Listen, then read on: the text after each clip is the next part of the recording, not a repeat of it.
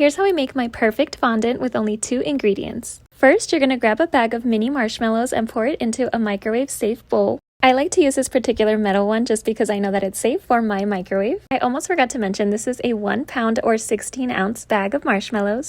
This next part is totally optional, but I like to add just a couple teaspoons of water to the bowl, and it also doesn't have to be exact. You're going to pop that in the microwave and heat it for 1 minute and 30 seconds. Once you take it out, the marshmallows are not going to be fully melted, so you're going to grab a spoon or any type of spatula and just mix that all together. The ones at the bottom tend to get hotter a lot faster, so I just like to give it a stir, and then I'm going to put that back in the microwave for another minute and 30 seconds. And like I said, I like to use this particular bowl, but definitely use whichever bowl you know works with your microwave, whether it's a plastic one, a ceramic one, any microwave safe bowl will work. Once that's done, here's what your marshmallows are going to look like. Definitely more melted, but you still have to give it a good mix because you could still see chunks of marshmallows. And you're just going to keep stirring until you don't see any chunks at all. It's just one smooth, consistent texture. If you think it's ready, just give it one more good mix for another minute and then it'll be ready. This is what it's supposed to look like. And now we can add our second ingredient, which is powdered sugar. I use the 32-ounce or 2-pound bag.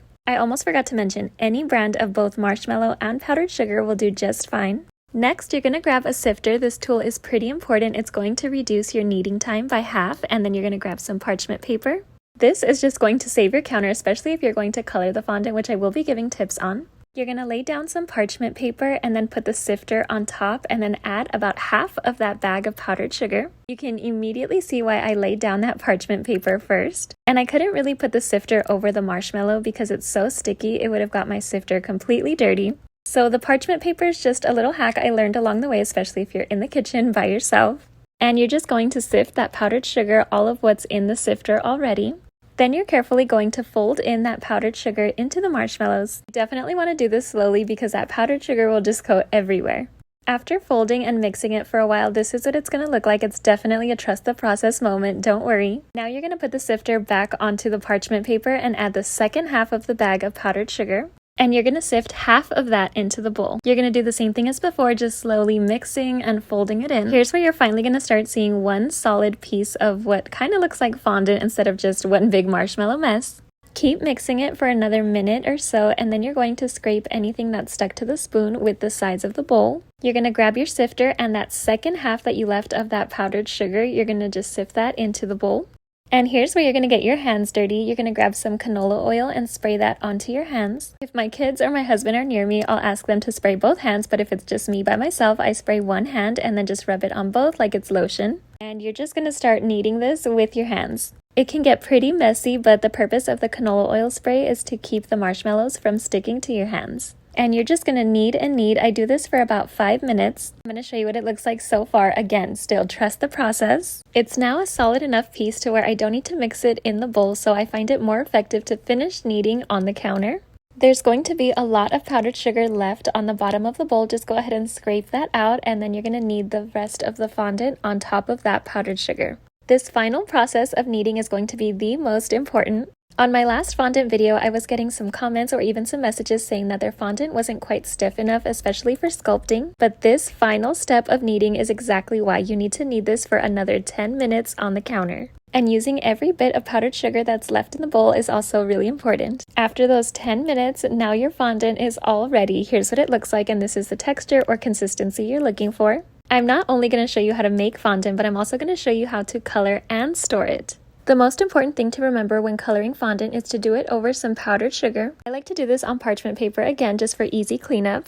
You're going to grab however much fondant you're trying to color and then place it on top of that powdered sugar, and I like to press down a little bit just to create an open space. I'm going to color this piece black using Americolor's Super Black shade of food coloring gel. I also highly recommend using gloves to color fondant, especially if you're doing any darker colors because it does stain. And now you're just going to mix that color into the fondant. It usually will get stuck to your hands or gloves if you don't do this with some powdered sugar. You're basically just kneading that fondant again into that powdered sugar. And once you think it's all mixed in, if you want to test or check that color, I like to grab my canola oil spray. I spray a little bit on the counter and then I remove my gloves or wash my hands. The most important thing is do not touch fondant if your hands are wet. Water and fondant do not mix, so if you're going to wash your hands, just make sure that they're fully dry before doing this. You're going to knead that fondant into the canola oil spray on the counter and then you can see the finished look. I'm going to rip off another piece of fondant to show you a different color. I did switch out that powdered sugar just because there were some black pieces in there and I don't want to mix that in with this lighter shade.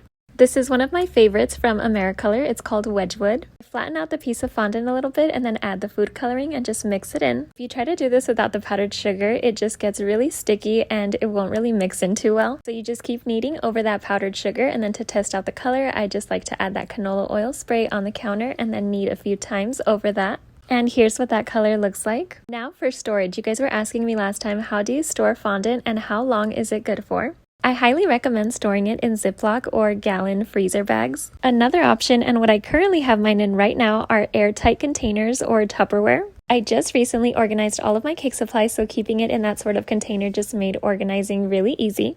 As far as how long fondant is good for, just look at the best by date on the bag of marshmallows and that's how long your fondant is good for. I also want to give you tips on how to reuse your fondant that you've previously stored. This royal blue piece of fondant is one that I just grabbed from my airtight container, and you could just tell right away that consistency is not what we're looking for. So I microwaved it for about 10 seconds and then I kneaded this on the counter over some canola oil spray. It looks a lot better, but it's still not as smooth as I'd like for it to be. So I put it back in the microwave for another 10 to 15 seconds. I spray a little bit more canola oil and then knead this again. And that's how easy it is to reuse your previously stored fondant. I hope you found this video super helpful, and if there's anything that I forgot to cover, I'm sure you can find it in the comments.